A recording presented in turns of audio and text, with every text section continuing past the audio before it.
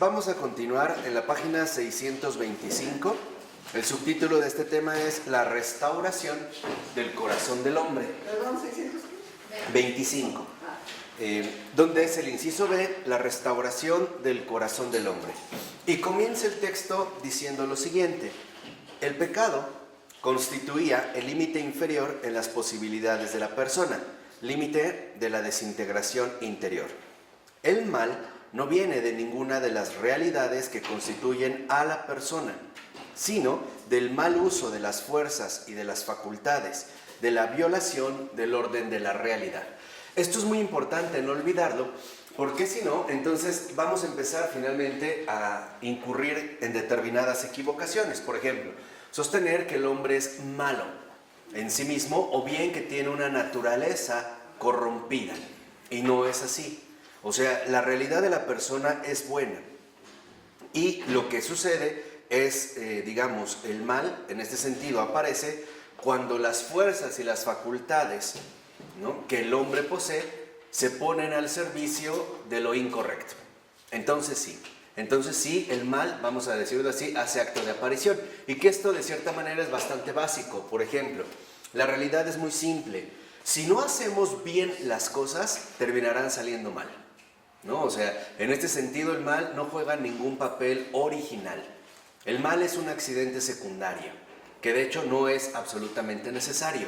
Por eso es que precisamente se puede evitar. De tal manera que entonces el mal es la violación del orden de la realidad.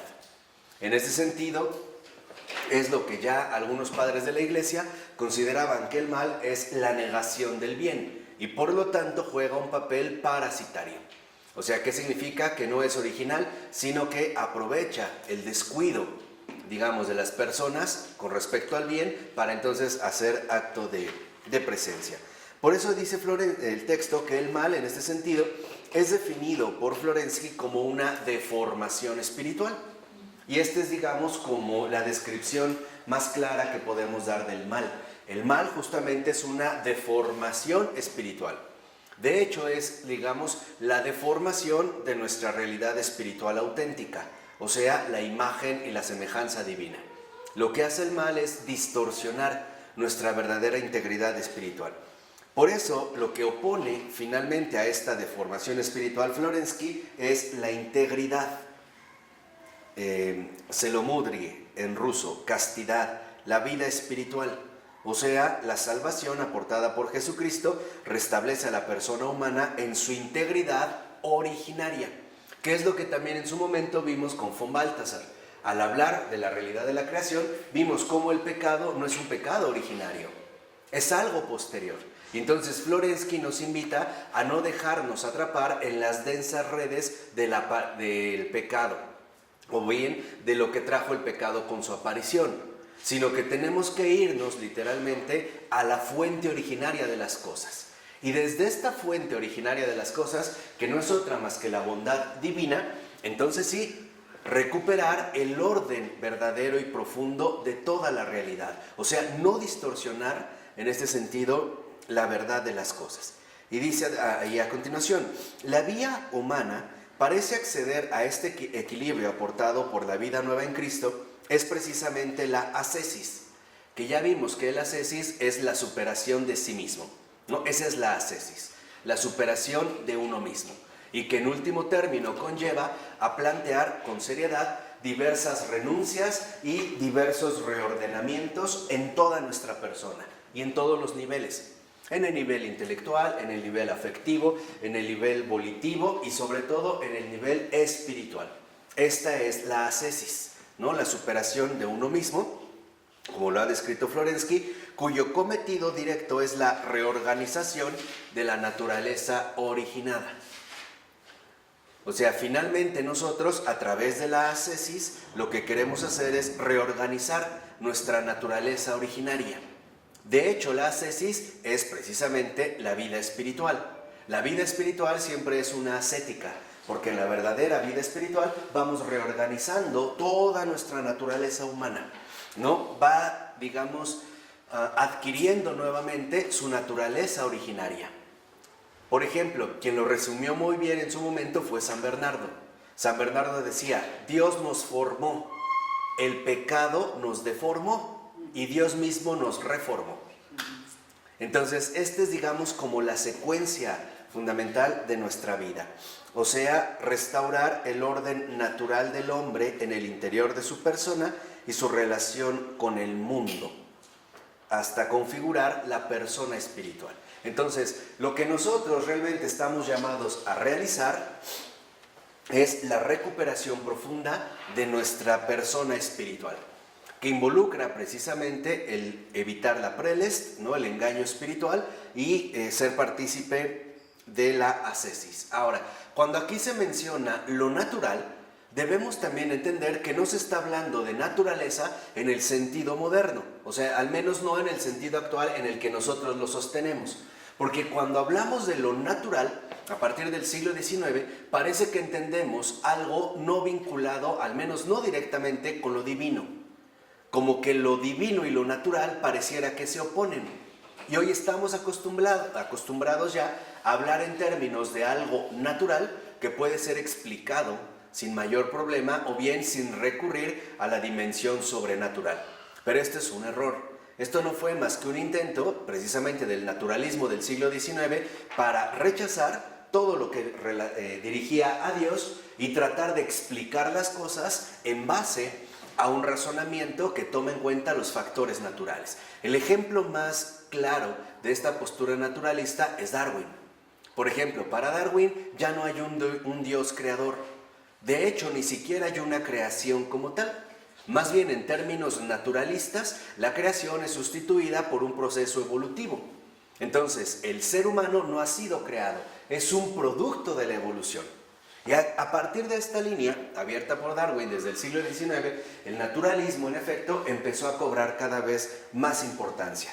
Por eso necesitamos recordar aquí la diferencia que la palabra naturaleza tiene, por ejemplo, para Oriente y para Occidente, y esto lo tenemos en la nota 8, ¿no? Y comenta Spicklick, dice, para la teología occidental, el hombre espiritual es un hombre natural al que se le ha añadido la gracia. Y esto es lo que yo precisamente quería resaltar en esta ocasión, o al menos en este punto. Para Occidente, que es, digamos, nuestro horizonte de comprensión, nuestro contexto vital en el cual vivimos, para Occidente, lo natural, en cuanto tal, está como separado de lo espiritual. De hecho, para la comprensión de Occidente, lo que hace posible el paso de lo natural a lo espiritual es la gracia. La gracia, en este sentido, sería el añadido al ámbito natural para que entonces pasemos a la dimensión espiritual. Aquí, digamos, dentro de esta concepción que prevalece en Occidente, lo que resalta es que lo natural y lo espiritual son entendidos como realidades separadas, como ámbitos distintos. Por eso se habla, por ejemplo, del hombre natural, como si fuera un hombre enteramente biológico o de características enteramente biológicas. Por ejemplo, aquel que satisface sus instintos o que tiene reacciones incluso como los mismos animales. Y después, mediante la gracia, pero después, se podría acceder al orden espiritual. O sea, en Occidente, lo natural y lo espiritual son concebidos de manera separada, ¿no? Y dice a continuación Spicklick, dice, la naturaleza humana, natura pura, comprende la vida intelectual y la vida animal, y es la vida espiritual, el sobrenatural, el que se añade y en cierta medida se sobrepone a la economía puramente humana. O sea, finalmente se considera que el hombre natural está desligado de la dimensión espiritual. La dimensión espiritual solamente aparecería cuando aparece la gracia. O sea, como si Dios actuara en el hombre posteriormente de su naturaleza real o supuestamente de su condición natural. O sea, lo espiritual vendría a ser como un añadido. Dios añadiría lo espiritual al ámbito natural del hombre en su realidad original. Para el Oriente no es así. Dice, para el Oriente, el hombre a imagen de Dios, es decir, con la gracia del Espíritu, define exactamente lo que es el hombre por naturaleza. Entonces, para Oriente, cuando se habla de naturaleza, o bien del ámbito natural, se tiene ya presente la gracia del Espíritu. ¿En qué sentido podríamos decir se tiene presente la gracia del Espíritu? Porque nunca se pierde de vista que Dios es el creador de esta naturaleza. No se concibe como algo que está separado o algo que habría que superar a través de un añadido, en ese sentido la gracia, sino que en pocas palabras para el Oriente, o al menos para la postura más ortodoxa del Oriente, la naturaleza ya tiene la propia dimensión espiritual. En Occidente parecería que no. Y dice a continuación, lo que el Occidente llama natural sobrenatural, los autores del Oriente lo designan simplemente humano divino, creado e increado. Por eso se comprende que la conversión en el lenguaje de los orientales es el retorno a la naturaleza originaria, la única verdadera, la única querida por Dios, con la imagen divina impresa en ella. O sea, para Oriente, la naturaleza, en esta gracia del Espíritu, contempla lo humano, pero también contempla la presencia real de lo divino. Por ello, no es casual que también en este sentido Florensky haya insistido tanto desde el principio en la realidad simbólica de todo lo creado. O sea, en la conjunción de lo visible con lo invisible en una misma realidad, sin necesidad de pensar en términos divididos. En Occidente, esta unidad, digámoslo así, esta unidad originaria se ha visto dividida, porque los occidentales tendemos a separar lo natural de lo espiritual. Es más, llegamos a considerar que se trata de dos órdenes completamente diferentes. Como que lo natural tiene un funcionamiento en sí mismo y que podemos entender lo natural sin necesidad de apelar a la intervención de lo divino. Occidente, en efecto, entiende la naturaleza como algo independiente, como algo incluso, por así decirlo, desligado de lo espiritual y por lo tanto también desligado de Dios. Por ello no es casual que también en Occidente se haya propuesto la teoría del origen del universo sin apelar a Dios, sino a través de una gran explosión o Big Bang que dio como resultado finalmente la formación, porque no es la creación, la formación del universo en el cual vivimos. Y hoy en Occidente tal parece que más bien lo natural ha adquirido mayor dominio y mucha mayor autoridad. Hoy quisiéramos explicarlo todo en base a factores enteramente naturales. Otro ejemplo que nosotros podemos percibir es que durante el siglo XIX y la primera mitad del siglo XX, algunos santos que tenían revelaciones o vínculos profundos con lo sobrenatural eran considerados desde la perspectiva enteramente natural como meros alucinados o locos e incluso como enfermos mentales. ¿Por qué? Porque dentro de la perspectiva natural, lo sobrenatural ya no tiene cabida. Entonces, una de las graves tendencias de Occidente es la división, el pensar las cosas en términos separados. En Oriente, al menos, esta tendencia no es justamente la que más prevalece. Por eso ya si nos vamos a la 626, que ya es como un repaso general de lo que habíamos visto, y para concentrarnos en lo fundamental, en el último párrafo, que aquí aparece como el inciso A, más o menos unos 4 renglones, de que hay 4 o 5 renglones, de que ha iniciado el texto, ¿no? Donde habla de la tesis y su antítesis.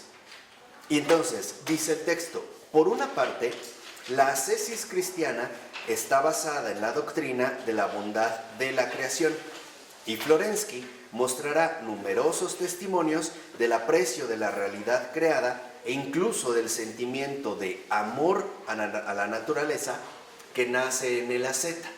O sea, finalmente el asceta, el hombre espiritual, en este sentido, no es el que niega lo natural, es el que entra en una profunda comunión con este ámbito natural. O sea, el ámbito finalmente que nosotros en Occidente llamamos de manera simplista natural, pero que se refiere al ámbito de lo creado, todo lo creado.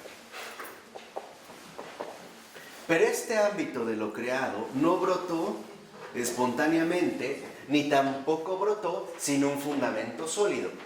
Todo el ámbito de lo creado nos remite en último término a la bondad divina y por lo tanto al amor de Dios.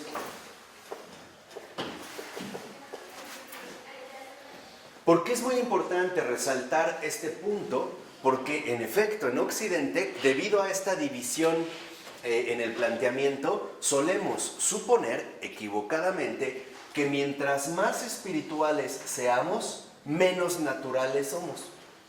O sea, se plantea un término equivocado de más y menos, ¿no? Es como decir, si tengo un vaso lleno de agua natural y le metemos vino espiritual, entonces va a dejar de ser agua para convertirse completamente ¿en qué? En vino. O sea, como que si nos volvemos muy espirituales, ya no vamos, en este sentido, ¿no?, a compartir ningún ámbito de lo natural. Y esto, al menos en Occidente, ha conducido a profundas equivocaciones. Yo nada más aquí quiero meter un ejemplo muy claro de un santo para que vean que esto no es poca cosa. Me refiero a San Luis Rey de Francia. Él llega un momento en el cual incluso él siente como terror a compartir el lecho con la reina. Y entonces él llegaba a un exceso de pedir que hubiera un sacerdote en medio de los dos. Hasta que el director espiritual le dijo no. ¿Por qué? Porque no significa que el ámbito natural atente contra el ámbito ¿qué? Espiritual. No significa en este sentido que están peleados. Si nosotros no captamos esta unidad originaria, vamos a entrar en un montón de escrúpulos y además también en un montón de prejuicios bastante inútiles, que de cierta manera no tienen ningún sentido. Pero esta ha sido como la tendencia, al menos en Occidente, como que mientras más naturales, menos espirituales, y al revés, mientras más espirituales, como que somos menos ¿qué? Naturales. Lo que nos está recordando Florensky es que no es así, que la verdadera postura de la asceta, del hombre espiritual, nos lleva a planificar el sentido de lo natural. Y aquí es donde nosotros podríamos poner un ejemplo muy sencillo. El asceta o el hombre espiritual está llamado a vivir en castidad, sí, pero esta castidad no siempre significa castidad corporal. La castidad no solo se reduce a la corporalidad. De nada me serviría no tener relaciones sexuales, por ejemplo, si me la paso viendo pornografía. ¿Sí me explicó? Ahí no habrá castidad y no puedo decir es que no estoy teniendo relaciones. Ahí vemos claro que la castidad apela a algo más profundo. Apela finalmente a la pureza del corazón. Y esto es lo que permite en un matrimonio que están llamados a vivir la castidad, que dentro de los ámbitos que deben cubrir, entonces también ante todo aparezca el amor de Dios. O sea, ya dejar de pensar en términos divididos o en términos separados o como si una cosa precisamente atentara contra la otra, porque no es así. Lo que necesitamos es espiritualizar lo natural, pero también naturalizar lo espiritual. Ese es, digamos, el trabajo ascético de comprensión que todos estamos llevados a vivir. Dice, por otra parte, sin embargo, los ascetas se oponen al mundo en una negación que desde un plano meramente racional parece un desprecio de la realidad material. O sea, y aquí es donde también nosotros debemos de entender algo fundamental. Cuando los ascetas o el hombre espiritual rechaza al mundo, no está rechazando a lo creado, está rechazando una postura equivocada. Este es el mundo que en efecto pone al descubierto San Juan Evangelista. Cuando habla del mundo en sentido negativo, no se está refiriendo al mundo creado, sino al mundo como una postura equivocada ante la verdad. En este sentido, el mundo no son más que los criterios habituales que, de hecho, en lugar de acercarnos al amor de Dios, más bien parecen que desviarnos. Entonces, debemos de entender la doble dimensión del mundo. El mundo como realidad creada y el mundo como un criterio basado en el error. ¿Sí me explico? Sí, sí. ¿No les? Basado en el error. O sea, Falso. el mundo como la realidad creada en la que vivimos todos, lo material, lo empírico, lo sensible, etc. Pero el mundo en su nivel metafísico, o sea, como un criterio basado en el error. Entonces, ¿qué es lo que rechaza el asceta? ¿Rechaza lo creado? No, rechaza los criterios equivocados que prevalecen en el mundo y que de hecho son muy comunes. Por ejemplo, el hecho o un criterio que viene del mundo que consistiría en mentir con tal de obtener algún tipo de beneficio o evitar algún tipo de reconocimiento y de responsabilidad. Para el mundo, mentir no está mal. Para el hombre espiritual, mentir siempre está mal, en todos los casos. ¿Sí? Por eso dice Florensky, el complemento racional de todo esto sería el odio hacia lo creado. O sea, si nosotros únicamente nos moviéramos en el plano racional, entonces diríamos, sí, por supuesto, todo lo creado es pecado y todo lo creado está mal. Esta fue, por ejemplo, algunas de las posturas que trajeron la Reforma Protestante y sus posteriores después planteamientos. Por ejemplo, el puritanismo. ¿Qué considera el puritanismo? ¿O cuál es la base de la cultura puritana? Sí, las no sensaciones, los no instintos. O sea, básicamente todo es ¿qué? Todo es pecado. Todo es pecado. De tal manera que yo, por ejemplo, ni siquiera podría contemplar una flor, porque a lo mejor despierta en mí una cierta concupiscencia o apetencia de deseo, que sería en este sentido algo malo. Entonces, aquí es donde vemos justamente algunos de estos excesos. Entonces, debemos de tener muy claro que no podemos nosotros rechazar al mundo si estamos hablando del mundo creado, de la realidad creada. A lo que sí nos oponemos es a los criterios equivocados que dominan en el mundo. Esto es lo que se refiere a estamos en el mundo sin ser ¿qué? Del mundo, pero vivimos en el mismo ámbito, en la misma realidad creada. Pero nuestros criterios, nuestras posturas, se supone que como cristianos terminan siendo completamente diferentes. Por ello no basta, y eso es algo en lo que va a insistir Florensky, en querer asumirlo todo esto a partir de un criterio enteramente racional. ¿Por qué? Porque si no caeríamos, por ejemplo, en un dualismo metafísico. La separación del cuerpo ¿con qué? Con el alma. Entonces, si siguiéramos esta división, resulta que en el ámbito natural veríamos el cuerpo y en el ámbito espiritual veríamos el alma, como dos realidades opuestas. Dice Florensky, los intelectuales reprochan a la concepción eclesiástica un dualismo metafísico. Y sin embargo, la teología patrística, con la mayor nitidez, desarrolla esta verdad. Fíjense, ¿cuál es la verdad fundamental que nosotros mantenemos? La vida eterna no es la vida del alma solamente, sino que es también la vida del cuerpo. ¿Por qué? Porque también el cuerpo, lo mismo que el alma, ambas forman parte de la realidad de lo que, de lo creado. Por eso es que yo les decía, cuando esto no está claro, empezamos a ver con ciertos prejuicios o escrúpulos el cuerpo incluso como algo malo. Y entonces vendrán estos excesos donde al parecer lo que queremos es lastimar al cuerpo.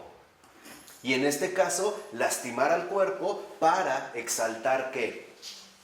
El alma, como si fueran dos realidades literalmente conflictivas. Lo que nos recuerda Florensky es que la ascesis, que nos lleva a la integridad espiritual, no solo purifica el alma, purifica el cuerpo. Porque ser persona significa que somos espíritus encarnados. No podemos hablar de persona sin cuerpo. Esto es bien importante, ¿eh? Así como no podemos hablar de persona sin alma. Ser persona es ser una realidad espiritualmente somática. Tenemos una dimensión no corporal, pero es verdad y real que también tenemos una dimensión corporal. Los que realmente mantienen un dualismo metafísico son, por ejemplo, los herederos de Platón. Para Platón sí, el cuerpo es la cárcel del alma. El cuerpo es, digamos, lo que aprisiona los altos vuelos del alma por liberarse. Nosotros no. Nosotros no queremos y de hecho jamás buscamos el desprecio del cuerpo. Buscamos su purificación. Y esta es una cosa totalmente diferente.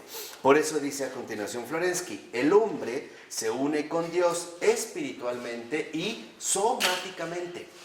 O sea, nuestra unión con Dios no solo se da en el alma, también se da con el cuerpo, en toda nuestra realidad corporal. Y el ejemplo más palpable de esta radicalidad lo tenemos precisamente en la Eucaristía. Ahí vemos cómo en la Eucaristía la unión con Dios no solo es espiritual, también es corporal, incluso lo comemos, ¿no? ¿O no? Lo recibimos como alimento. Ahí está, digamos, como este cumplimiento. Entonces, no podemos ya seguir manteniendo una postura dualista, sino que debemos de recuperar una visión unificada de las cosas. Entender, en pocas palabras, la dimensión espiritual del cuerpo, pero también entender la dimensión corporal del espíritu. O sea, en este sentido, comprender bien la realidad humana en toda su integridad. ¿Sí? Porque en Occidente, les digo, tal parece que esta integridad no se fomenta, sino que más bien partimos casi siempre de polos opuestos, ¿no? Lo natural como opuesto a lo espiritual. El hombre como lo opuesto a ¿qué? A la mujer. El rico como lo opuesto al pobre. Lo húmedo como lo opuesto a lo seco. Lo frío opuesto a lo caliente. O sea, en unas oposiciones que después no podemos reconciliar. Y no, se trata de ver nuestra verdadera integridad humana.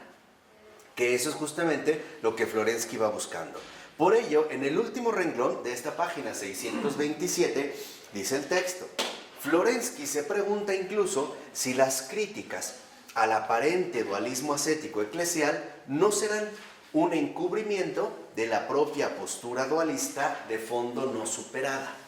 O sea, se supone, y eso es algo que quizá en algún momento todos hemos escuchado, que la iglesia rechaza al cuerpo y lo sataniza incluso.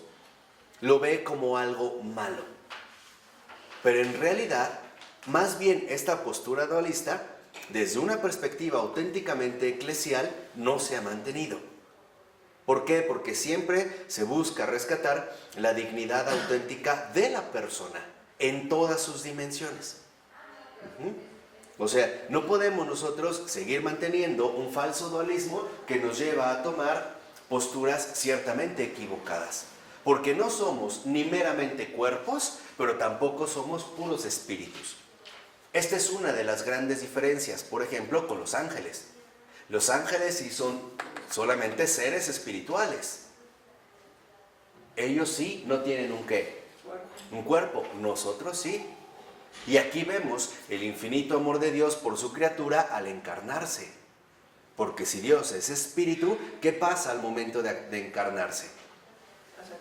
Se hace cuerpo. Quiere decir que nosotros incluso obtuvimos un privilegio que ni los ángeles recibieron.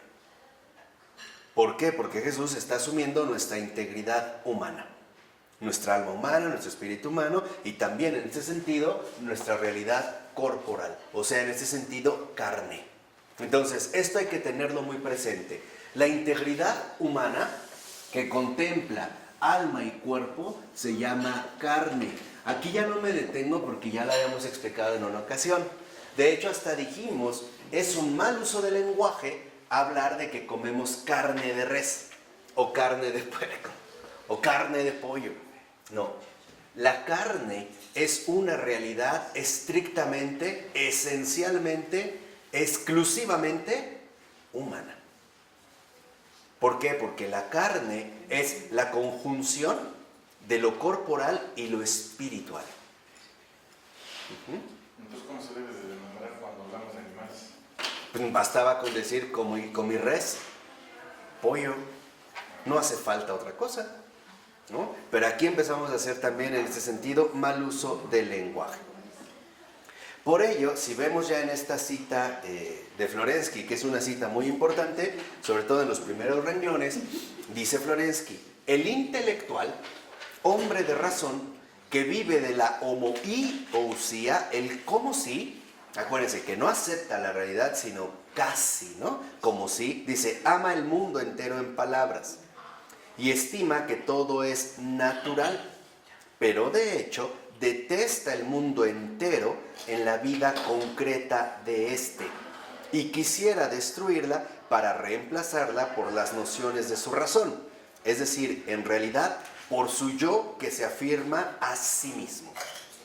¿Qué es lo que pasa con este intelectual, con este hombre de razón? Un Darwin.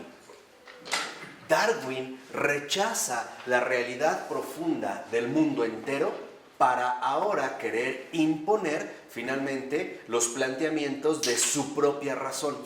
El hecho de que somos seres enteramente naturales, sin ninguna referencia a lo divino, que en un esfuerzo racional podríamos entender como productos de un proceso evolutivo. En pocas palabras, el hombre intelectual, el hombre que vive de su razón o de lo que la razón le dicta y nada más, corre el riesgo de sustituir la verdad por su propia postura. O sea, en este sentido, el hombre que solo sigue su razón se va a asumir como el criterio único de las cosas. Y las cosas van a ser según él las piense. ¿Sí? Esta también es una tendencia bien marcada en el occidente, ¿eh? En nuestro contexto vital occidental, el hecho de querer imponer la razón a la fuerza es también como una de las características que la verdad no nos ha traído muy buenos resultados. O sea, se limita finalmente, ¿no?, la realidad o la complejidad de lo real a los dictados propios de la razón. Por eso dice Florensky ahí mismo, y le repugna todo lo que es natural, porque esto es algo viviente, por tanto concreto, e imposible de colocar en conceptos. Entonces, aquí es donde viene precisamente la situación, la siguiente situación. Cuando hablamos de carne, nosotros, y esto es bueno, algo ya muy arraigado, un hábito de pensar, al menos en Occidente, ya no apreciamos las cosas como realidades concretas, sino que más bien queremos sustituir estas realidades por un acto de la razón, transformándola en conceptos. Entonces, por ejemplo, podemos hablar de la sociedad, como hoy lo hacemos actualmente, apelando a un concepto abstracto.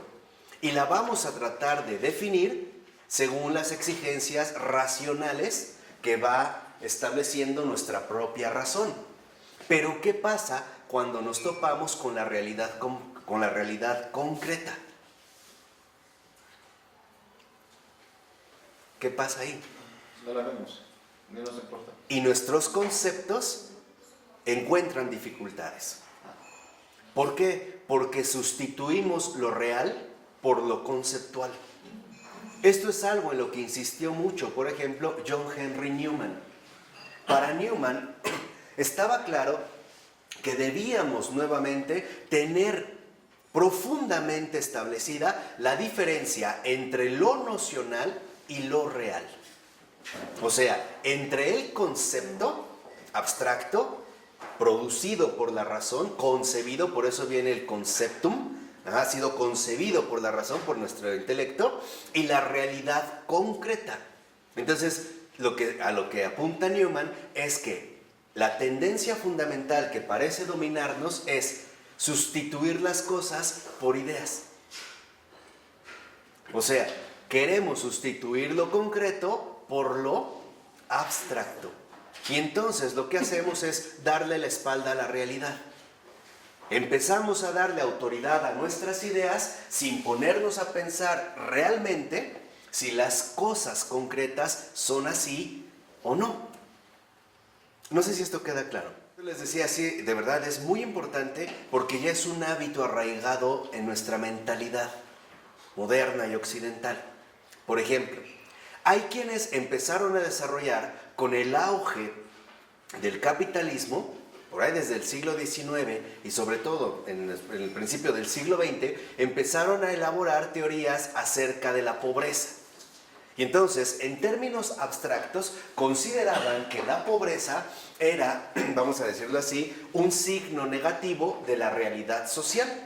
Entonces, empezaron a partir de ideas a hablar de la pobreza como de una situación humanamente insoportable, durísima, terrible, etc. ¿De acuerdo? Entonces, esto generó una idea en nosotros, una idea para abordar, por ejemplo, el tema de la pobreza. Pero se les olvidó que realmente los que hablaron de la pobreza no eran los pobres, eran los ricos, o al menos los que teóricamente tenían una postura social muy ¿qué? Muy diferente. ¿Qué quiere decir? Que no hablaban desde la realidad concreta de las cosas, sino desde su propia capacidad teórica, o inventiva, o conceptual. Si nosotros realmente recuperamos la realidad concreta de la pobreza, lo primero que podemos encontrar es que no es una realidad socialmente insoportable. Más bien, la vida concreta y real de los pobres es dura, sí, pero es muy bendecida. Más de lo que nosotros podemos suponer. Y yo nada más te voy a poner dos ejemplos muy concretos. Si tú realmente conoces la realidad concreta de los pobres, verás que un pobre se alegra porque puede patear un balón ponchado. Eso es suficiente. No llora porque no tiene el balón Adidas 2015. ¿No? Esa es la realidad concreta de los pobres. O sea, el no sustituirlo, digamos, por categorías o meros conceptos abstractos. Segunda, la realidad concreta de los pobres los lleva a saborear verdaderamente cada bocado que pueden llevarse a la boca, aunque sea repetitivo. Aunque coman frijoles y tortillas diario, para ellos es una nueva comida. No lloran porque no comen langosta o caviar, ni siquiera les importa, ni siquiera entra dentro de sus expectativas. Entonces, este es, digamos, lo que a veces nos hace dirigirnos a situaciones equivocadas. No atendemos a la realidad concreta de las cosas y queremos más bien entonces sustituir la realidad por concepciones abstractas. Y no nos vamos a la realidad, vuelvo a insistir, concreta de las cosas, sino que desarrollamos un concepto, pero que en realidad no concuerda con la verdad real de la cual somos nosotros. Otro ejemplo, para la teoría darwiniana de la evolución, nosotros al ser animales solo tenemos, por ejemplo, básicamente dos instintos primordiales: el estómago y los genitales. ¿Sí? Porque son, digamos, los instintos más fuertes en cualquier animal: el comer y el reproducirse para perpetuar la especie. Pero a ver, si nos ponemos a pensar un poquito, nos daremos cuenta de algunas cosas llamativas. Primera, escucha bien, el hambre en el hombre no es tan importante como solemos suponer en base a esta teoría abstracta. La verdadera hambre no es el tener apetito, porque no solo se reduce a un hambre de alimento. Hay hambrunas muchísimo más profundas en el alma humana. Por ejemplo, el hambre de justicia, o de que se sepa la verdad, o el hambre de que la gente no sea humillada o maltratada. Esta, ningún alimento la puede satisfacer, ¿o sí? No. Además, si tú atraviesas una situación muy complicada, ni de comer te acuerdas. ¿O sí? O a ver, me acaban de decir que mi mamá falleció y entonces digo, no, pero mi instinto del apetito es más fuerte, voy a comer y ahorita regreso. La verdad es que no. Y no solo en los casos difíciles, también cuando estás atravesando un momento muy alegre, ni de comer te acuerdas. ¿Ahora entienden por qué los niños no quieren comer? Su prioridad no es la comida. Su prioridad es el juego, por ejemplo.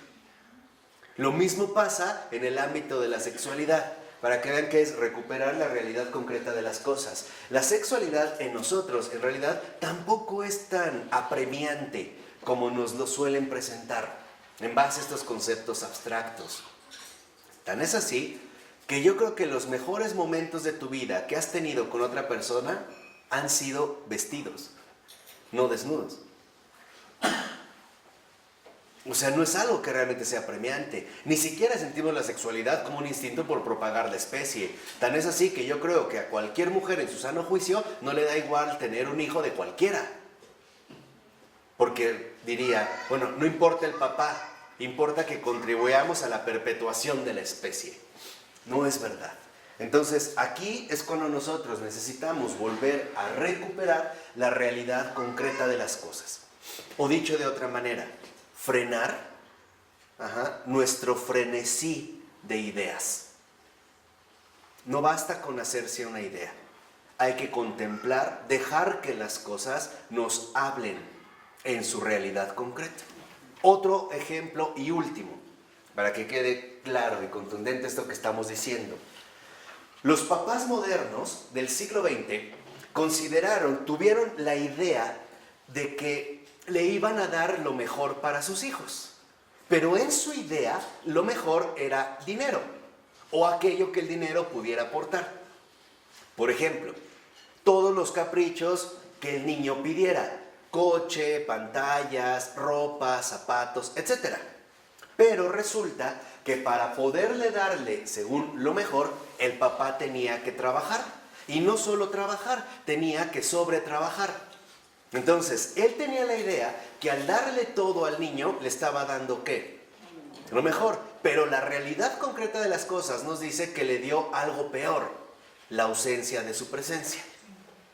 Y no entendimos que las cosas jamás sustituyen a las personas.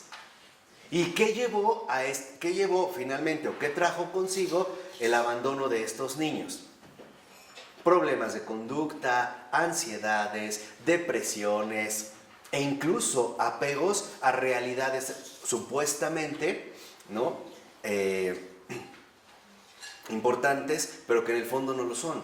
Por ejemplo, jóvenes que se empiezan a enamorar debido a la inmensa soledad que atraviesan de personas que ni conocen, pero que entraron en contacto a través de internet, o a través de un chat, o a través de una red social, y verdaderamente se enamoran, aunque nunca se hayan conocido. Porque es tal esta necesidad que atraviesan, que los lleva a buscar desesperadamente cualquier, vamos a decirlo así, gesto mínimo de afecto. Compañía, incluso, vamos a decirlo así, atención. ¿De acuerdo? Entonces vemos que las ideas no necesariamente coinciden con la realidad concreta de las cosas. Entonces, lo que nosotros siempre debemos fomentar es el conocimiento, el reconocimiento de lo real. Y sobre esto, entonces sí, después hacernos ideas al respecto. Porque si no, si nosotros comenzamos por las ideas sin contemplar o apelar a la realidad concreta de las cosas, estaremos viviendo lo que hasta hoy en día ocurre: la aparición de grandezas, pero que también se hacen acompañar de enormes miserias.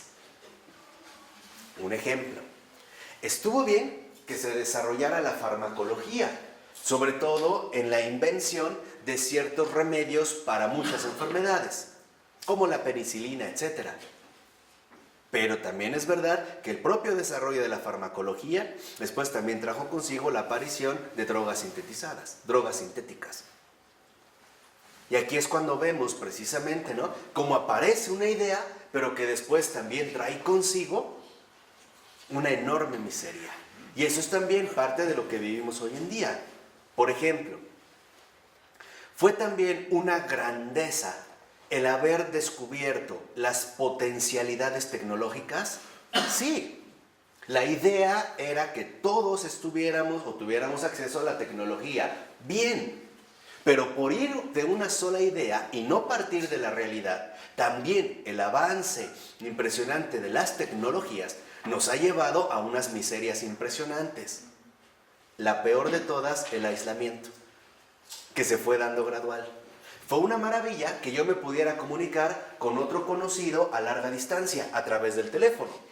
Esto es verdad, pero también es verdad que esto fomentó una apatía.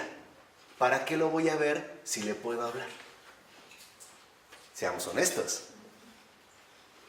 Por partir de ideas y por no comenzar por la realidad profunda de las cosas, en las telecomunicaciones, en los teléfonos, etc. Tenemos la idea de que todos debemos estar comunicados. La realidad es que estamos más incomunicados que nunca, por paradójico que suene. Nuestro contacto personal se ha reducido al mínimo. Ahora basta mandar un mensaje de texto, aunque esté mal escrito. Ni siquiera a eso le ponemos atención. Ya ni escribimos bien ni redactamos bien, basta con un mensaje. Pero si llega a haber un temblor o algún otro tipo de situación y se caen las redes de comunicación, nos damos cuenta de que no tengo manera de cómo contactarme con otra persona. En pocas palabras, estamos viviendo una ilusión comunicativa. No es real.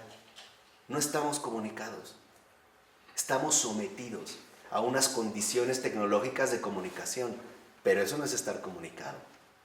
Si se cae la red de Telcel, ¿qué pasa? Un caos.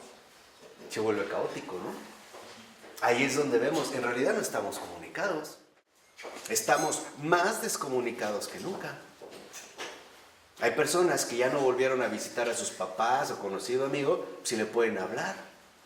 Y como esa llamada telefónica parece algo tan simple, pues lo van postergando, ¿no? Mañana le hablo, mañana, pasaron años y nunca volvieron a llamar. Y ahorita otro fenómeno grave es precisamente el desprecio del otro a partir de la intervención tecnológica. Hoy si te vas a un restaurante o a un área de comida rápida, me parece ya evidente ver este fenómeno. Por ejemplo, los papás están en su celular. El hijo está en su celular o en su videojuego. No hablan, no se miran, no se conocen. Cada uno está ¿en qué? En lo suyo. Antiguamente, las reuniones familiares se daban en la sala. Al poner en el centro la tele, la gente se calla. Ya no habla. Es más, si el hijo quiere hablar en ese momento, lo más probable es que lo callen. Cállate, estoy viendo la tele. O le suben a la tele. Esto es parte de lo que estamos viviendo. Y esto es real, o sea, justo porque por haber partido diciendo que a través del televisor la familia se iba a reunir. Mentira, no se reunió, se desunió. Solamente ocupan un espacio, pero cada quien está metido en lo suyo. No hay, o sea, parte, digamos, de estos factores de partir justamente de las propias ideas. Por ello, ahí mismo a continuación dice Florensky, el siglo XVIII, o sea, el siglo intelectual por excelencia, o sea, el siglo donde las ideas son lo primero, y llamado, no sin razón, el siglo de las luces, las de la inteligencia, los intelectuales, ciertamente se planteaban conscientemente como finalidad que todo sea artificial, que todo sea, que nada sea natural. ¿A qué se refiere con esto Florensky? Cuando decía que los intelectuales decían que todo sea artificial, que nada sea natural, significa que todo sea artificialmente elaborado, o sea, según nuestras propias ideas. Y por lo tanto, el desprecio de la realidad concreta. O sea, que el mundo funcione en base a determinadas ideas. Por ejemplo, una de las ideas motrices de estos ilustrados era: la religión no nos sirve absolutamente para nada. La ciencia es la que va a satisfacer nuestras más profundas aspiraciones humanas. ¿Qué nos va a dar la ciencia? Confort. ¿Qué nos va a dar la ciencia? Salud. ¿Qué nos va a dar la ciencia? Conocimiento. O sea, la ciencia finalmente va a ser nuestra nodriza, nos va a alimentar y a satisfacer todas nuestras necesidades. Yo les pregunto, ¿verdaderamente ocurrió? No ocurrió. Y después hemos tenido que pagar las consecuencias. ¿Por qué? Por habernos dejado guiar ingenuamente por una simple idea.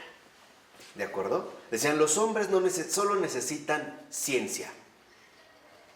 Y por lo tanto, conforme avanza el tiempo en el siglo XX y sobre todo en el siglo XXI, hoy viene otro precepto. No solo necesitan ciencia, solo necesitan tecnología. Y eso, por ejemplo, los va a hacer felices. La realidad ha sido otra. La realidad ha sido que aquellos que se han saturado de tecnología, en lugar de ser más felices, han sido más infelices. Por múltiples razones. Una, porque no pueden contar con el aparato tecnológico de vanguardia. No está a su alcance. Esa es una profunda insatisfacción. Dos, ni siquiera alcanza a dominar bien un aparato tecnológico cuando ya apareció el otro. Por ejemplo, este cambio tan drástico para los adultos mayores, que era pasar de la máquina de escribir a la computadora. Apenas van entrando a la computadora y ya hay tablets. Todavía no empezaba con una y ya hay ¿qué? Otra. Y luego, otra. Por ejemplo, yo cuando vi por primera vez las pantallas de plasma, me enamoré. Y siempre quise una de plasma. Cuando finalmente dije, ok, a ver, vengo a comprar una de plasma, ya no hay plasma, ya son LED. Ya no me alcanza. Bueno, ahí voy. Ok, la de LED, no, ya es Ultra HD 4K. Mi tiempo me han dado de sentarme a verla. Y no puedo. Aquí es lo que vemos, o sea, estos son, digamos, algunos de los aspectos que yo quiero que ustedes tomen en cuenta. Por eso dice a continuación Florensky, fíjense, artificiales han de ser la naturaleza. Por ejemplo, en la forma de jardines recortados. Y es verdad. A partir del siglo XVIII, la naturaleza deja de ser natural. Ahora va a ser una recreación artificial. Se empiezan a formar los primeros parques, donde el pasto ya no tiene, digamos, su esplendor natural, sino que ya es recortado artificialmente. ¿Cuándo has ido a un campo enteramente natural y has visto que esté así? Nada. Ciertos árboles aquí, es más, incluso a los árboles les vamos a dar la forma que queramos. Redondos, de canario, de ardilla, de oso, de flor. O sea, lo vamos a hacer que esto natural finalmente aparezca como algo enteramente ¿qué? Artificial. Los vamos a retocar a nuestro gusto. El ejemplo más sobresaliente de esta artificialidad ilustrada son, por ejemplo, los jardines de Versalles. Serán preciosos, pero eso no les quita que dejan de ser artificiales. Se empiezan a crear los primeros lagos artificiales. Traer agua en un lugar donde no hay y yo voy a determinar qué forma va a tener el lago, qué profundidad va a tener el lago y cuál es, digamos, como la imagen que yo quiero que transmita. Entonces, hoy, en efecto, cuando pensamos en un lago, pensamos ya en algo artificial, algo incluso recortado. Y hemos llegado incluso al extremo de considerar que incluso el cuerpo humano actual debe de ser modelado artificialmente. Por eso no es casual que hoy sea el boom, el hit de los cirujanos plásticos, cuya matriz, ¿sí saben de qué país proviene o no? No. Brasil. De Brasil. Por mantener un cierto estatus. Entonces, hoy la razón es que lo natural, en último término, está mal. Y como está mal, hay que arreglarlo. Pero para arreglarlo lo vamos a tener que arreglar artificialmente. Liposucciones, implantes aquí, implantes allá, quítate esto, estírate esto, la nariz, las orejas, la papada, el busto, la cintura, las costillas, los muslos, bla, bla, bla, bla. Hasta llegar a este fenómeno extraordinario como las actuales Barbies. ¿Sí las han visto? No, en esta ya, digamos, como que ahí vemos precisamente esta exaltación profunda de lo artificial. Dice Florensky, también han de ser artificiales el lenguaje, las costumbres, el régimen político revolucionario, la religión. Entonces, hoy hemos llegado precisamente a una situación donde lo artificial ha adquirido primacía sobre lo propiamente natural. En todo. Incluso, por ejemplo, en el lenguaje y en las costumbres, lo artificial, que en un tiempo se llamaba cortesía, hoy la verdad es que se ha convertido en hipocresía. Por ejemplo, no sé, menciono un caso. Una hostess tiene que estar sonriente y recibir muy bien a los clientes y a quien llegue, aunque esté que se la lleva. ¿Qué quiere decir? ¿Que este trato es algo natural? No, es algo artificial, es algo forzado. Hay matrimonios que se apegan a esta artificialidad. Se destruyen, pero afuera tienen que quedar bien. Afuera se aman, se besan, aunque lleguen y se destruyan, ¿no? O sea, se ha ido, digamos, hacia la artificialidad. Y dice Florensky, esta mecanización de la vida entera posee, si se quiere, un lado grandioso y terrible, el soplo de Lucifer caído. ¿Por qué habla del soplo de Lucifer caído? Porque para el Lucifer caído, lo creado tiene que ser destruido. Ahora tiene que ser destruido por medio de criterios artificiales, donde en algún momento parecieran así, ¿no? Como algo grandioso, pero de fondo no vemos lo terrorífico que esto suele traer consigo. O sea, el renegar de lo creado. Ya lo natural no es bello. No. Ahora, el hombre es el que va a determinar qué es lo bello. Por ejemplo, si tú observas la pintura siglo XVII y XVIII, donde salen mujeres, todas las mujeres están llenitas. Todas. Todas. ¿Por qué? Porque para ellos una mujer robusta es una mujer sana y es una mujer fértil. Hoy para nosotros no sigue prevaleciendo esta misma concepción de la mujer. Más bien, cuando empezaron a salir las ultra top models, nosotros vimos en un primer momento cuerpos artificialmente adelgazados, por medio incluso de situaciones verdaderamente drásticas. Y empezamos a concebir, por ejemplo, la belleza de una manera artificial. Empezamos a asumir que ciertamente la belleza solo era posible a través de una manita de gato. O sea, a través de una cierta operación o a través de una cierta cirugía. Entonces, empezamos a renegar de lo natural, de tal manera que incluso esto nos ha conducido al terrible desprecio, por ejemplo, del envejecimiento. Estirarte la piel, ¿no?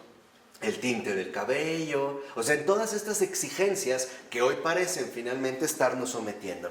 Dice Florensky, al fin y al cabo, todas estas fantasías no se sostienen más que por medio del espíritu creador, que estas fantasías apartan de la vida creada por Dios. Y ahí está el punto central. Hoy tal parece que nos empeñamos en apartar la vida creada por Dios. Y hoy incluso uno de estos intentos de apartar la vida creada por Dios la vemos a través, por ejemplo, del enorme avance de las ciencias genéticas. Ahora hay que decidir cómo tienen que ser los seres humanos. Qué color de piel, qué habilidades quiero que desarrolle, qué ojos debe tener, etcétera, etcétera, etcétera. Es más, va a llegar un momento, no lo decían, y llegó, en el que ni siquiera tendríamos que esperar a una concepción natural. Vamos a apelar a una concepción artificial, in vitro, por ejemplo. O los llamados niños de probeta, ¿no? Acaban una probeta y vamos entonces a empezar a jugar. Entonces, esta es una de las tendencias actuales. Por eso dice Florensky que esto representa, ¿no?, una actitud actual en el mundo. Y esta actitud actual en el mundo justamente nos lleva a perder de vista la realidad concreta de las cosas. O sea, empezamos a dejarnos influenciar por la artificialidad que en gran medida nuestras ideas parecen sugerir. ¿Vamos bien? ¿No? Y dice Florensky en la 629, a partir del segundo renglón. Este es el primer síntoma de un alma sin gracia, sin reconocimiento ante la vida, que rechaza el don inapreciable de Dios y que quiere orgullosamente reorganizar el ser entero a su propio modo. Este es justamente el carácter de las ideas. Las ideas, en este sentido, parece que entonces nos remiten a un modo propio. E incluso hasta en nuestra forma de hablar ordinaria, hacemos este énfasis en las ideas. Alguien dice, tengo una idea. Y otro dice, oye, pero no, pero tengo esta idea. O sea, que las cosas se hagan a mi modo. Pero para poder convencer de la validez de esta realidad, le voy a tratar de dar cada vez más énfasis o convencimiento a las ideas. O sea, las ideas en este sentido también poseen a su vez una seducción lógica.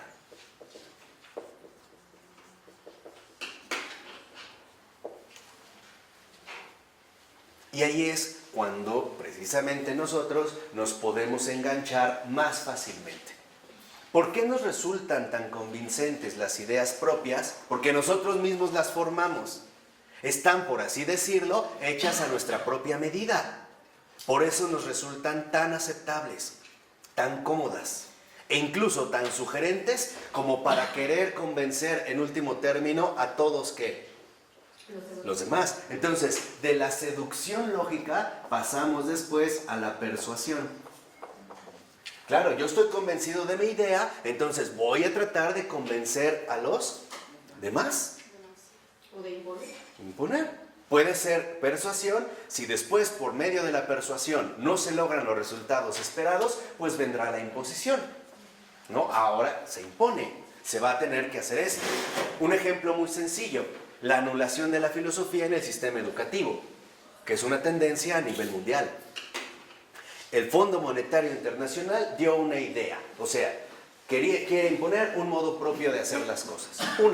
La filosofía es inútil porque no sirve para nada. En nuestra actual era tecnológica, la cual únicamente debe de estar encabezada hacia promover ciertos intereses económicos, no necesitamos filósofos, sino que necesitamos ingenieros y gente cualificada en ámbitos de ingeniería. Anulen la filosofía. Y va a dar razones. Va a empezar por una seducción lógica. Entonces, esta orden va a todo el mundo. Muchos países la han tenido que acatar. México ya la acató.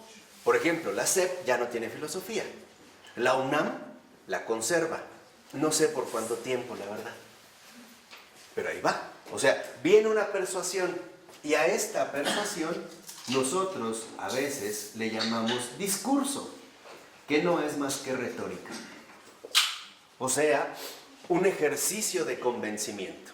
¿De qué manera vamos finalmente a convencer a los demás de las ideas que nosotros mismos tenemos?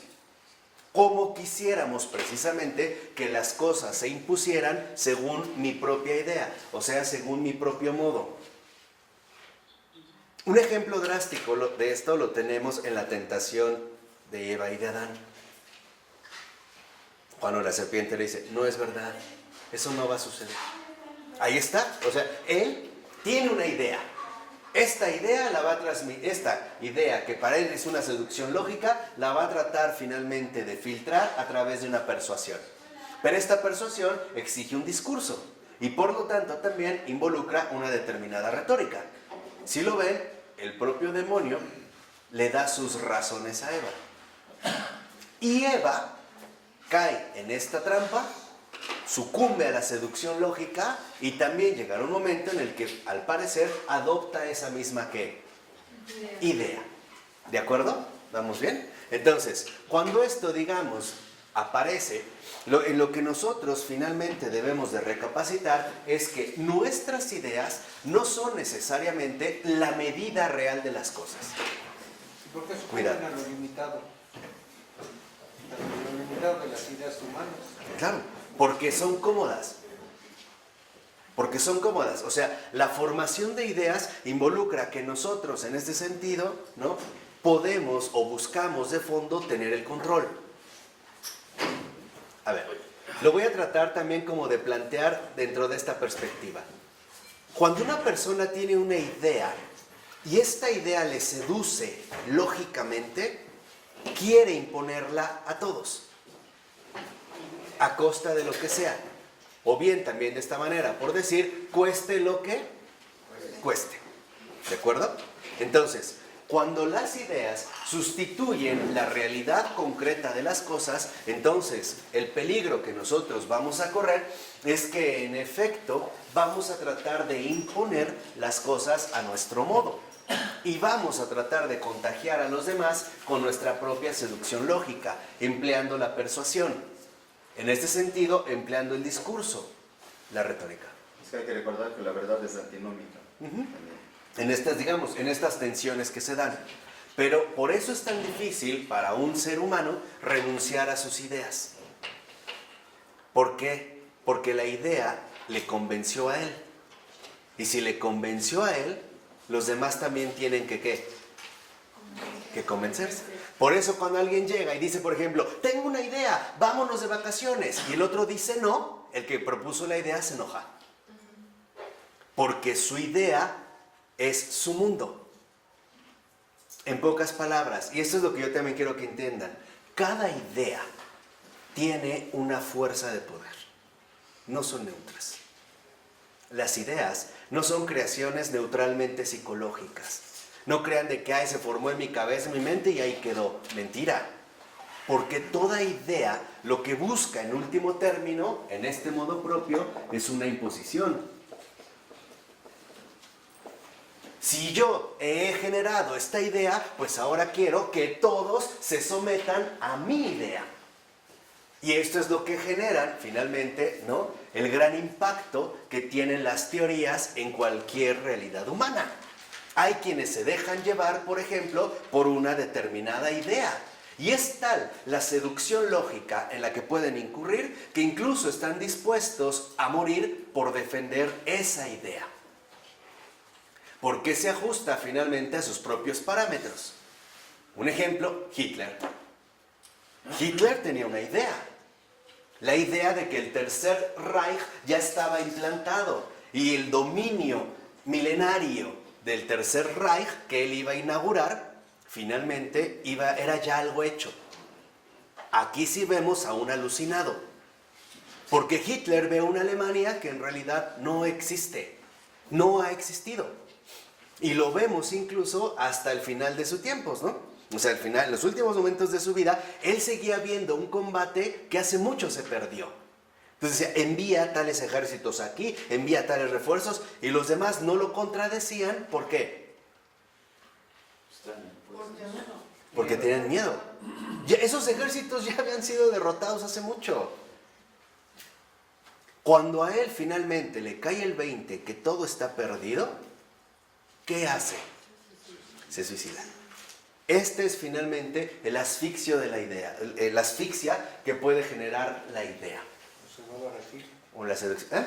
O se va a Brasil. O se va a Brasil en estas ideas raras, ¿no? Que también ahí se van generando. Les decía, sin un fundamento real, o sea, sin apelar primero a la realidad concreta de las cosas. Por ello, nosotros también debemos de revertir el papel que le hemos dado a las ideas. Debemos de entender que el pensar solo tiene sentido cuando he recibido algo sobre qué voy a pensar. En pocas palabras, antes del pensamiento está la realidad. Y la realidad no se piensa, se contempla, se observa, se recibe. Dejamos que la realidad nos vaya dando las indicaciones que nos conducen a la verdad de las cosas. Porque si no, terminamos cometiendo estupidez y media. Y terminamos haciendo ridiculeces y media. Por ejemplo, a veces te enganchan, o las personas se enganchan con otras personas porque la vieron, les gustaron y pensaron, tuvieron la idea que esa era la persona de sus vidas. Pero nunca se dieron tiempo para que la realidad les mostrara la verdad de las cosas. Se apresuraron. Se dejaron llevar por una simple ¿qué? Por ejemplo, es que es muy bueno conmigo. Bueno, por ahora llevas 2 días de conocerlo. ¿Qué esperabas? ¿Qué esperabas? Que fuera muy malo, lo mandas al carajo, ¿no? Así de sencillo. En pocas palabras, ya no podemos seguir viviendo la ingenuidad de las ideas, por favor. Para pensar bien se requiere tiempo. Necesitamos que las cosas se vayan manifestando poco a qué. Poco a poco. Y eso requiere tiempo y requiere atención. Pensar significa estar atento a todo aquello, a los avisos, a las llamadas que la realidad finalmente me va ¿qué? Indicando. Caramba, si por ejemplo mi hija se va a casar y yo veo que el otro tiene ciertos signos de comportamiento, la realidad ya me está hablando. Después a lo mejor termino en el hospital y digo, es que yo no pensé que fuera así. Es que ese es el problema, que no te pusiste a pensar realmente cómo son las cosas. Eso es pensar. Entonces, dicho sea de paso, vamos a definir, porque sí es muy importante, qué significa pensar. Contrariamente a lo que nosotros solemos suponer, al menos en nuestra tradición occidental, pensar no es algo activo. Pensar es primero pasivo. Pensar es receptivo, tener los elementos necesarios para poder, ahora sí, poner en marcha mi propia capacidad pensante. Cuando tú te quieres adelantar, sin haberte detenido a escuchar la realidad, ahí es cuando vienen precisamente las equivocaciones. Además, equivocaciones cuyas consecuencias, lamento decírtelo, las vas a tener que padecer. Por güey. Por eso. Por eso. Porque nadie te obliga. Así de sencillo. ¿Por qué? Porque nosotros vamos a responder finalmente en nuestra vida de aquello que asumimos o no asumimos. Entonces, pensar, ya quitándonos estos reduccionismos ridículos psicológicos que heredamos desde Freud y compañía, pensar no es una actividad mental. Eso es falso. Pensar significa tres cosas. Primera,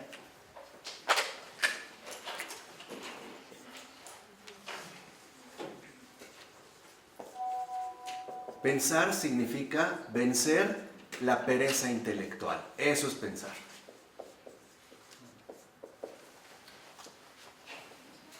Muchas veces cometemos errores tremendos por no pensar, por no darnos tiempo, por habernos dejado llevar por la precipitación, ¿no?, de nuestras ideas o de nuestras sugerencias inmediatas.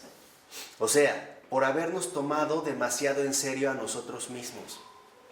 ¿Tú sabías que los asesinos seriales son los grandes hombres de ideas? Tienen ideas eficaces, ¿no? Saben cómo estimular una idea en una víctima. ¿Sabías, por ejemplo, que los asesinos seriales, en general, suelen ser extremadamente atractivos? Porque nuestra sociedad así lo fomenta. Si tú en la calle te topas a una persona guapa, según nuestros torpes criterios actuales, y bien vestida, ¿qué idea de antemano ya te sugiere? Bueno. Que es buena, que es decente. ¿Quién te dijo? Si ves a alguien que trae un expansor en la oreja, un tatuaje en el cuello, trae rastas, de antemano, ¿cuál es tu idea? Me alejo de él. ¿No me va a robar? No, este es un delincuente. Pura tontería, pura superficialidad, porque nosotros mismos hemos fomentado este tipo de ideas. O sea, también la verdad es que nosotros somos los grandes fomentadores de la hipocresía. Y nos encanta, ¿eh? Y aparte nos gusta. Nos gusta que nos engañen. Con posturas, con modos de hablar, con tratos. Por eso hasta ya hay códigos de comportamiento social, ¿no? El ligue. El hombre ya tiene una idea de cómo tiene que seducir a una mujer. Pero la mujer también ya tiene una idea de cómo tiene que dejarse seducir. Ya hay como códigos dados. Entonces lo primero es no, vencer la pereza intelectual. Segundo, no dejarse engañar. Pensar es parte de nuestra dignidad humana. No dejarse engañar. Verdaderamente no estar dispuesto a incurrir en un engaño. No dejarme engañar, por favor. Porque para eso tenemos nuestra capacidad pensante. Y para ello lo único que se requiere es vencer la pereza intelectual. Cosa que hoy, por ejemplo, y siendo honestos, tampoco se fomenta. Cuando tienes una situación para pensar, tu primera opción es, no quiero pensar. Ya no, me duele la cabeza. No quiero ni pensar. Oye, pero vamos a... No quiero pensar. No quiero pensar en él. No quiero pensar en ella. No quiero pensar esto. Por eso vives tan mal. Si te tomaras en serio el pensar, terminarías muy alegre. ¿Por qué? Porque al no dejarte engañar, entonces, en un tercer punto, pensar significa estar dispuesto. Estar dispuesto a contemplar las cosas.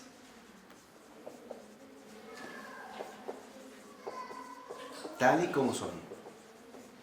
No tal y como las piensas. Tal y como son. De tal manera que entonces, si nosotros vamos siguiendo esto, la conclusión de aquí es muy simple. Pensar es asumir una postura.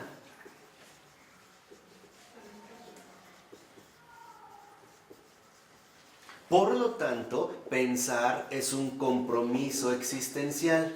Eso es pensar.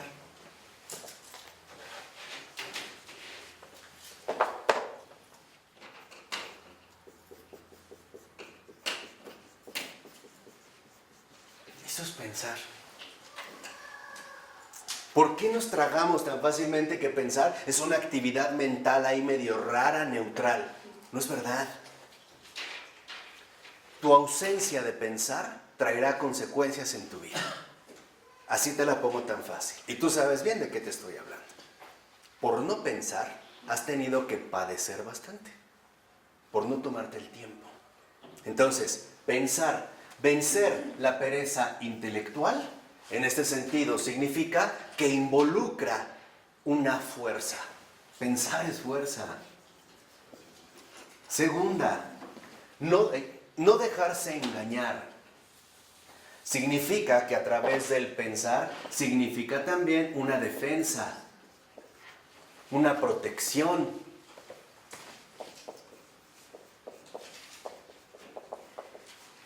Y el estar dispuesto a contemplar las cosas tal y como son, involucra valentía.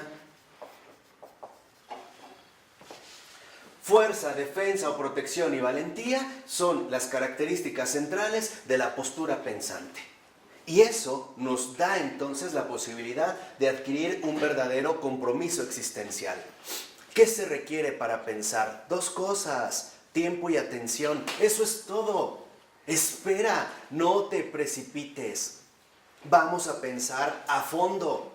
Luego me llegan muchachitas chillando a moco suelto porque el novio las dejó. Y empezamos a hablar, ¿no? Se empieza a activar el pensar. Y sale el peine, como decimos nosotros. Es que yo lo conocí y, bueno, tenía novia.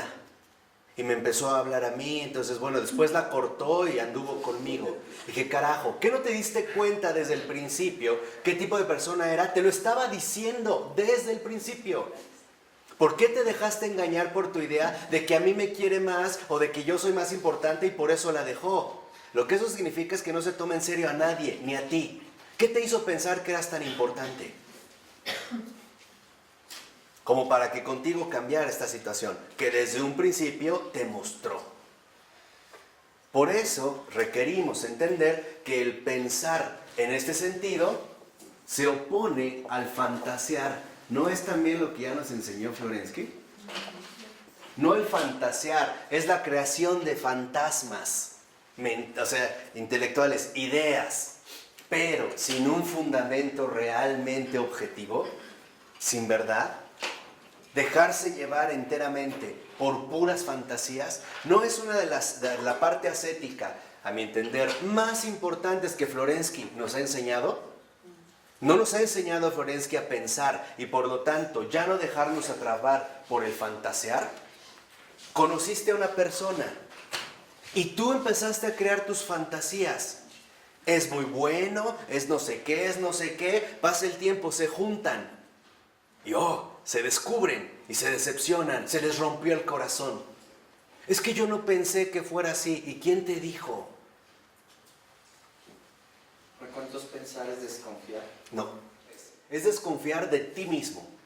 De decir, a ver, ¿no será que estas son fantasías mías sin ningún tipo de sustento real? Yo pienso, tengo la idea de que es una buena persona. No voy a desconfiar de la persona, voy a desconfiar de mi idea, de mí. O sea, no voy a elaborar juicios precipitados, porque si no, esto me va a impedir justamente pensar. El fantasear es una trampa subjetiva, y eso también ya lo vimos aquí. Pero era importante también, y ahora entiendo por qué mencionarlo, sobre todo para los nuevos jóvenes que nos acompañan, y también para todos. ¿Por qué? Porque en efecto hemos olvidado que pensar, en cuanto tal, requiere irme alimentando por lo que la realidad misma me ofrece. Eso es contemplar. Pero esto lleva tiempo. ¿Qué es lo que pasa? Que hoy vivimos una cultura que desprecia el tiempo, todo lo quiere rápido, todo lo quiere express. Por ejemplo, se tuvo la gran idea de que si una sopa podía ser guisada en 2 minutos, era excelente, aunque fuera de un polímero, o sea, de un derivado plástico, que tarda más de 6 meses en poder ser digerido, si se digiere. Fue la idea, ¿no? Comer rápido. Finalmente, a ver, yo te pregunto, dentro de ese sistema, vamos a pensar un poquito más. ¿Por qué la invención de una sopa instantánea? Para hacerlo rápido. ¿Pero con qué propósito? ¿Por qué hacerlo rápido? ¿La flojera? No. Por la prisa. ¿Prisa de qué? No sé el tiempo. Para no pensar. No. Para que sigas trabajando. Para que no le dediques tiempo a lo que es importante. Ya no necesitas 1 hora para comer. En 5 minutos comes. La invención de la sopa Maruchan está respaldada en una idea: la explotación laboral del hombre. Por favor, es cuestión nada más de que te tomes tiempo, así de fácil. Y después también esto que empezó a fomentar. Ahora sí. La no convivencia. ¿Ah? La no convivencia. La no convivencia, La flojera. la flojera, la pereza, la desgana. Todo va a ser rápido, ¿no? ¿O no? Tan rápido. O sea, aquí es cuando empezamos a darnos cuenta cómo el fantasear es una trampa subjetiva. Esto es lo que estamos llamados a superar precisamente a través de la recuperación profunda del pensar. Por eso a mí me resulta tan raro cuando dicen que la iglesia le prohíbe a sus fieles pensar. Cuando yo digo, no, justo lo que los invita es a pensar, pero nadie le escucha. Seguimos fantaseando. Seguimos, ¿no? Como formando nuestros propios fantasmas. ¿Por qué? Porque también la realidad es que nos encanta, en ese sentido, fantasear. Y no nos gusta ir a fondo. Eso es pensar. Pensar, y escucha bien, es en este compromiso existencial que asumimos a través del pensar. Pensar significa tener un encuentro vivo con la profundidad de lo real. Es un acontecimiento vivo. Por eso te decía, no solo es una cuestión psicológica. Los que más fantasean, o los que realmente están plenamente insertados o hundidos en su trampa subjetiva, están en un manicomio. Ahí están. Por eso les decía, este compromiso existencial significa que pensar es un acontecimiento vital. Es un encuentro profundo con la realidad de las cosas. Y eso es lo que te va haciendo madurar. Por ello, no es casual que los adultos, aunque a los jóvenes no les guste, te lo dicen. Es que mira, por experiencia te digo, porque he vivido esto. No es que yo lo pasé, es que las cosas se dieron así. Y ya, es una forma de ayudar, no es una forma de sustituir tu propia experiencia.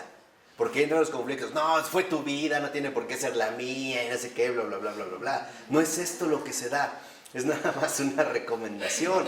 Porque sí es cierto que también está la otra postura. Hay padres que quieren embarrarle su propia fantasía a sus hijos.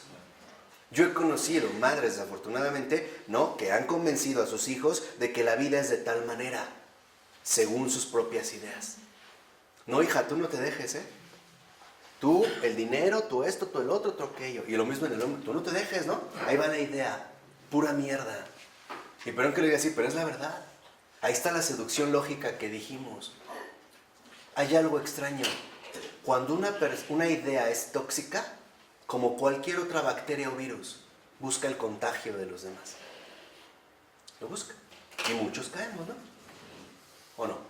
Y a veces en ideas realmente ridículas. Entonces, bueno, este acontecimiento vital finalmente nos lleva a entender que pensar es tener un encuentro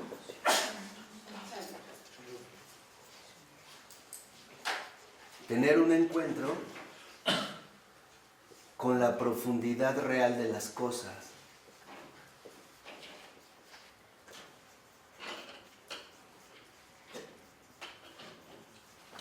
Eso es pensar. Conforme nosotros vayamos recibiendo más esta profundidad real de las cosas, sin que nuestras ideas nos estorben, mientras más vayamos venciendo ascéticamente el fantasear, entonces alcanzaremos lo que verdaderamente se llama madurez. Por eso hay personas que pueden tener 30, 40, 50, 60, 70 años y no tienen nada de madurez, porque siguen atrapadas en su subjetividad, o sea, en su propio ¿qué? No, ni siquiera es un criterio, porque un criterio es una dirección, ¿no? Tener un criterio es una dirección, ni siquiera tienen un criterio, no tienen más que un revoltijo de sus propias ideas. Pero, como son ideas que ellos han formado, con esas ideas están dispuestos a quedarse. Por eso, finalmente, y esto también es la parte central, porque es también creo de las aportaciones fundamentales de Florensky, entender lo siguiente: pensar es estar dispuesto a vivir la verdad. Y esto es lo que metafísicamente no nos agrada, porque el pensar desafía nuestra equivocación. No sé si esto queda claro. El pensar desafía nuestra equivocación, porque cuando nos ponemos a pensar seriamente, la verdad se manifiesta. Si te encueran. Sí, claro. Por eso un pintor como Gustav Klimt, ¿no?, en la Viena finisecular, finales del siglo XIX, hizo una pintura llamada La verdad desnuda. Y aquí está el punto. El punto central es: ¿por qué no nos gusta pensar? Porque tememos la verdad. Se nos va a caer el teatrito, como decimos. Porque ya estamos tan instalados en nuestras propias ideas que si realmente nos ponemos a pensar, nos daremos cuenta que estas ideas son falsas. Y aparecería una realidad distinta. Entonces, en este sentido, pensar es desafiar, fíjate, pensar es desafiar al error y al engaño.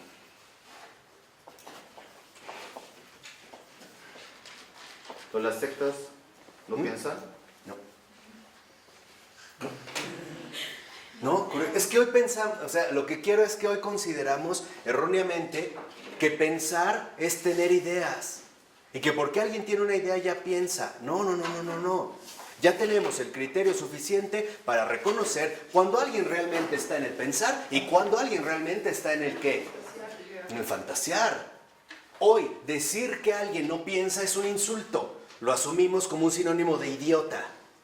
Pero esto es por el prejuicio ilustrado. O sea, lo que quiero que entiendan es que hoy entendemos equivocadamente, y ese es un error gravísimo, pensar con la capacidad de fantasear cualquier cosa, así sea una estupidez. O sea, hoy creemos que porque una persona tiene una idea, ya es pensante. Mentira. Falso. Eso es solo tener un fantasma, una trampa subjetiva, que son nuestros propios fantasmas. De tal manera que el pensar es desafiar al error y al engaño. Cuando realmente nos disponemos a pensar es porque estamos dispuestos a encontrarnos con la verdad. Y un ejemplo muy concreto de esto es Newman. Por eso yo les he recomendado, lean a Newman. Newman también es el gran santo, el beato, ¿no? John Henry Newman, pero es en verdad el gran santo del pensar. Porque cuando él se toma en serio el pensar, llega a la verdad. Y no fue sencillo, y le llevó años. Y una de las cosas que más le costó a Newman fue darse cuenta de que él estaba atrapado en su propio ¿qué? Y seamos honestos, el pensar que es desafiar al error y al engaño solo puede estar motivado por un solo impulso, la humildad. Cuando una persona se pone a pensar es porque reconoce con humildad que él no es la verdad. Si no, ¿para qué la busca? ¿Sí me explicó? De lo más básico. En cambio, el fantasear está sostenido en el orgullo. En el orgullo de yo soy la razón. Yo soy el orden. Yo soy la verdad de las cosas. Por eso se nos dio esta facultad intelectual, nuestra capacidad de pensar. Por eso el Señor también nos decía, no tengan miedo. No tengan miedo, porque en último término el fantasear involucra el miedo. El permanecer replegado en mis propios fantasmitas, en mi mundito fantasioso sin sustento real. En cambio, el que realmente se pone a pensar es valiente, porque reconoce que él no es la verdad. Y que incluso en este proceso está dispuesto a vencer en sí mismo al error y ¿qué? Al engaño. Y al engaño. Por eso, escucha bien lo que te digo, el pensar jamás defrauda a nadie. Jamás. Fantasear a todos atrapa, a todos engaña. Pero el pensar y el ponerse a pensar en serio, no. Por eso te repito, para pensar solo se requieren dos cosas: tiempo y atención. Eso es todo. Vivimos una cultura que no fomenta el pensar, que más bien estimula el puro qué. Tuve, no sé, un anuncio publicitario.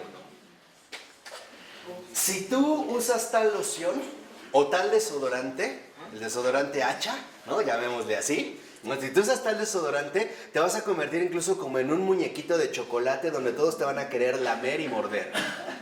O bien, hasta los ángeles van a caer del cielo, ¿no? En el libro, ¿no? Puro fantasía. Sobre todo los viajes.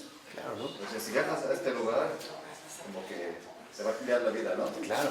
Entonces, aquí, o sea, como si hubiera una realidad inexistente, pero que estimula el fantasear, ¿no? Y por lo tanto, cuando tú vas pensando, las ideas falsas van cayendo por su propio peso. Vamos a decirlo así, el pensar es luz. Y es esta luz que te permite ir viendo las oscuridades o las tinieblas del error que se fueron filtrando dentro de tu propia capacidad intelectual. Por eso es salir del error. Es decir, es desafiar al error y al engaño. Ahí, por ejemplo, tú lo has vivido. Cuando haces algún cierto balance o análisis de tu vida pasada, te das cuenta de muchas cosas. Pero les dije que para el occidental, lo natural se opone a lo sobrenatural. Y no es así. Todos tenemos esta capacidad pensando. Es una facultad del alma. Porque Dios nos creó con esta capacidad de pensar. Que después se debilite por nuestra propia imprudencia es otra cosa. Pero todos tenemos la capacidad de recuperar la dignidad originaria de nuestro ser racional. Eso es logos. En pocas palabras, todos venimos de la verdad. Por eso es que a través del pensar podemos regresar a nuestro origen. Y por supuesto que al tomarse en serio este camino, el pensar como tal es recuperar nuestra condición originaria, que es con lo que empezamos a decir. O sea, no se trata de que entonces tenemos como el pensar atrofiado. No, por supuesto que ayudará cada vez más una comunión profunda con la verdad. Esto es indudable. Pero lo que sí quiero también que entiendan es que toda persona, por el hecho de ser criatura de Dios, toda persona, por el hecho de ser criatura de Dios, tiene la capacidad de pensar. Porque si no, no buscarías la verdad. Sí, o sea, estarías como extraviado o en ese sentido perdido. ¿Por qué? Porque en último término, toda nuestra persona está orientada hacia la verdad. Y todas nuestras facultades solo funcionan adecuadamente cuando están orientadas hacia la verdad. Por eso es lo que vimos finalmente con Florensky. Cuando nuestra capacidad intelectual, pensante, el pensar, se ve corrompido por el fantasear, ¿en qué acabamos? Y nos lo dijo Florensky. ¿No acabábamos en la demencia? Pero si yo reoriento esta capacidad hacia su verdadero sentido, hacia su verdadera finalidad, que es la verdad, entonces mi pensar pasará, ahora sí, a su dimensión profunda, que es el contemplar. Esta ya es la culminación espiritual. Aceptar ¿Ah? y aceptar. Claro. Pero cuando nosotros comenzamos por el pensar, la contemplación llega. Hay que limpiar las ideas primero. Claro, esa es la ascética. Pero limpiar las ideas, quitar las ideas falsas, es obra que implica el mismo proceso del pensar. O sea, todo esto me detuve y valdría la pena porque a lo que los estoy invitando es algo muy simple. Pongámonos a pensar para que la contemplación llegue finalmente a nuestras vidas. Tomémonos en serio la importancia que la realidad tiene para nosotros y no queramos ser nosotros los constructores artificiales de la realidad, porque tuvimos un signo, la creación artificial es de parques que mencionamos, pero hay otro peligro mayor, la construcción artificial de la vida humana. Cuando se quiere implantar la construcción artificial de la vida humana, lo que nos espera es verdaderamente un infierno, ¿eh? Y ya lo hemos empezado a vivir desde el siglo XX y hoy en día también de muchas otras maneras. El pensar nos abre los ojos a la realidad profunda de las cosas. El fantasear, por su parte, nos enceguece. No vemos nada, no escuchamos nada, no reaccionamos absolutamente nada. ¿Y por qué? Porque el pensar, en realidad, no es más que la manifestación de un aspecto humano que hemos olvidado, la consideración. Hoy ya casi nadie dice ser considerados. Hoy pensamos que ser considerado es algo así como limitado, como tímido, ¿no? Por ejemplo, tengo mucha hambre, me quiero comer todas las papas. No, sé considerado. 2, 3, ya. Consideración significa aplicación intensa del espíritu por descubrir la verdad. O bien, reflexión aguda del entendimiento. Esa es consideración. O sea, la consideración significa aplicación intensa del espíritu por descubrir la verdad. O bien, reflexión aguda del entendimiento. Esa es la consideración. Por ello, no es casual que nosotros finalmente estemos llamados a comenzar el pensar. Porque cuando uno comienza a pensar, uno empieza a abrir la dimensión espiritual del ser humano. Eso es también lo que quiero que entiendas. Por eso te decía, esta es la consideración. Una aplicación intensa del espíritu por descubrir la verdad. O bien, una reflexión aguda del entendimiento. Por eso su tarea es leer el Tratado de Considerazione de San Bernardo. O bien, acerca de la consideración. Esta es la herramienta que hoy necesitamos. Revivir en cada uno de nosotros la consideración. Y si no, le dedicamos un curso a ese tratado. Pero la idea es que hagan su tarea. ¿Cómo se llama el libro? De consideración. Sobre tratado acerca de la consideración. Y es más, se lo escribe al Papa Eugenio. Y se lo escribe como monje. ¿Por qué? Porque el pensar, más que una consecuencia, también conlleva una coherencia. Por eso hay gente que dice, ¿no? Las palabras amonestan, pero el ejemplo arrastra. Lo importante es que pensar se convierta también en una coherencia de vida. Pero una coherencia que arraigada en la verdad, no en el error. ¿De acuerdo? Bueno, vamos a dejarlo hasta aquí, 10 minutos y ahorita continuamos. En nombre del Padre, del Hijo y del Espíritu Santo. Amén.